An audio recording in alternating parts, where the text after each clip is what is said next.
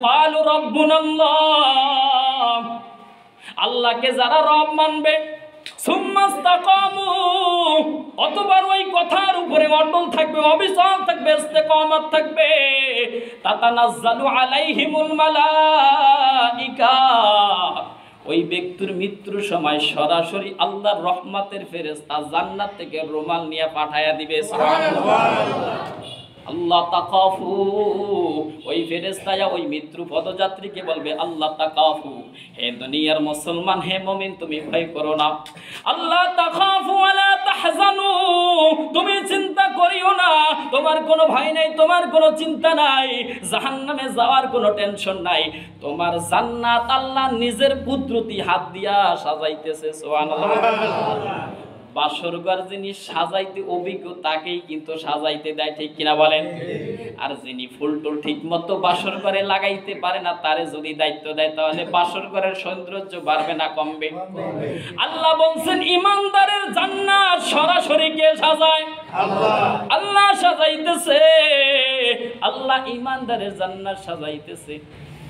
ফেরাউন বলল, ও মাসেদা, তুমি ঈমান ছেড়ে দাও, আমি ফেরাউনকে বিশ্বাস করব। বলছেন না, কখনো না, এটা হতে পারে না। আমি যে আল্লাহর উপরে ঈমান এনেছি, সমস্ত দুনিয়া যদি আমাকে এক হাতে দেওয়া হয়, আমার ঈমান থেকে, আমার কলব থেকে আল্লাহকে, যে আল্লাহকে বিশ্বাস করেছি, এই আল্লাহকে বিশ্বাস সরাবার মতো কোনো শক্তি দুনিয়ার জমিনে নাই। কথা বলেন ঠিক কিনা? ফেরাউন বলল, ওরে আমার সৈন্যরা, এর স্বাভাবিক কোনো কথায় কাম হবে না, রিমান্ড দিতে হবে। কি দিতে হবে? রিমান্ডে দিতে হবে। রিমান্ডে কি? এক নাম্বার রিমান্ড হলো তাকে বড় একটা ঢেকসি নিয়ে আসো আর আগুন চালাও, আগুনের উপরে তেল গরম করো, তেলের গরম করিয়া এদেরকে তেলের মধ্যে ছেড়ে দিতে হবে।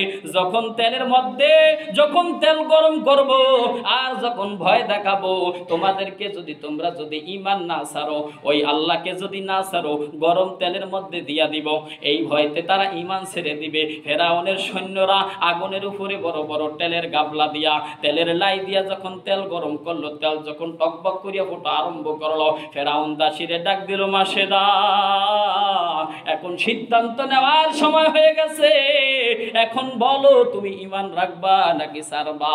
বলছে যে ঈমান আনছি, এই ঈমান ছাড়বার ঈমান না, এই ঈমান রাখবার ঈমান। ঠিক কিনা? এই ঈমান ছাড়বার ঈমান না। ফেরাউন সৈন্যরে বলল, সৈন্যরা, মাসেদার দুইটা সন্তান, একটা সন্তান হলো শিশু, বুকের দুধ খায়, আর একটা সন্তানের বয়স হলো 7 বছর। ফেরাউন সৈন্যরা বলল, সৈন্যরা, এবার তোমরা কাজ করো, বড়ডারে চুলায় তেলের মধ্যে ছাইরা দাও। নাউজুবিল্লাহ বলেন। বড়ডারে যখন ছাইরা দিব, তখন ছোটডারে নিয়ে ঈমান থেকে, ওই আল্লাহ থেকে বাঁচার চেষ্টা করব। আমি ফেরাউনের বিশ্বাস করব, আমি ফেরাউনের বিশ্বাস করব। ওই মাসেদার চোখের সামনে বড় ছেলেটারে এনে তেলের মধ্যে ছেড়ে দেওয়া হলো। সুবহানাল্লাহ বলেন। তেলের মধ্যে যখন ছেড়ে দেওয়া হয়, তেলের মধ্যে যখন ছেড়ে দিবে, যখন ফেরাউনের সৈন্যরা আনতেছে, যখন তেলের মধ্যে রাখবে, হঠাৎ করে মাসেদা দেখতে পেল তার সন্তানের ভিতর থেকে একটা পাখির মতো উড়ে যায়। সুবহানাল্লাহ বলেন। একটা পাখির মতো উড়ে যায়, আর উড়ে যায় আর বলতেছে, মাগো, আমি চলে গেলাম, তুমি আসো। আমি চলে গেলাম, মাগো, তুমি আসো। এই কথাটাই শুনছে, আর কিছু শুনে নাই। এখন বলেন তো, ভিতর থেকে যেটা বের হইলো, এটার নাম কি? রূহ। এটার নাম কি? রূহ। ফেরাউন কি ওই শিশুরে জ্বালাইছে আগুনে, নাকি একটা দেহ?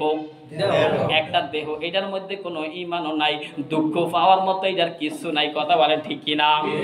এবার দেখতেছে না, প্রথম ছেলে যখন আগুনে পোড়া হলো, ঈমান আনে না, ঈমান ছাড়ে না।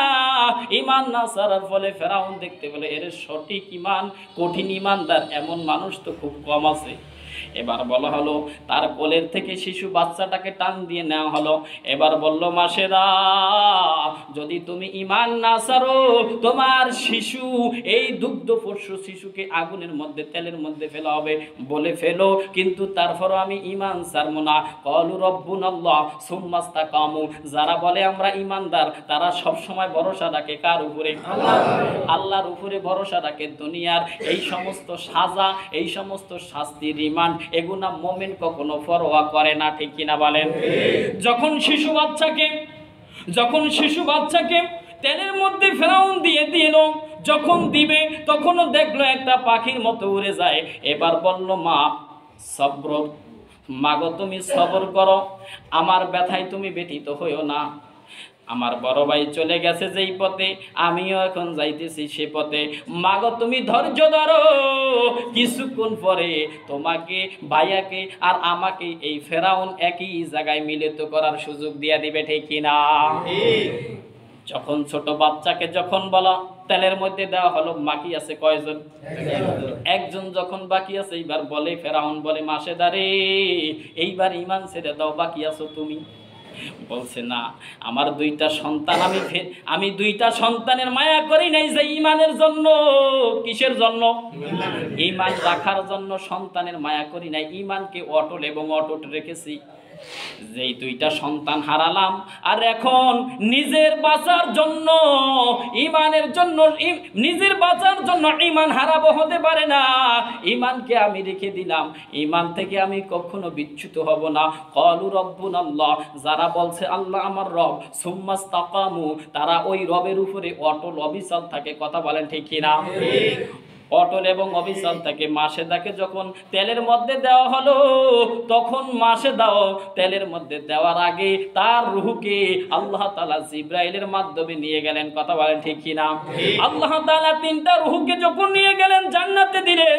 ওই জান্নাতের সুঘ্রাণ নবী করিম সাল্লাল্লাহু আলাইহি ওয়াসাল্লাম যেই দিন মেরাজে গিয়েছিলেন, ওই মেরাজে যাওয়ার পরে আল্লাহর রাসূল দেখলেন সুঘ্রাণ। জিবরাইলকে প্রশ্ন করলো, কিসের ঘ্রাণ? জিবরাইল বলছে, এরা হলো ফেরাউনের অত্যাচারে অত্যাচারিত খাঁটি মুসলমানদের ঈমানের সুঘ্রাণ। সুবহানাল্লাহ। কিসের সুঘ্রাণ? ঈমানের সুঘ্রাণ। বন্ধুগণ, আমার কথাটা বলার উদ্দেশ্য হলো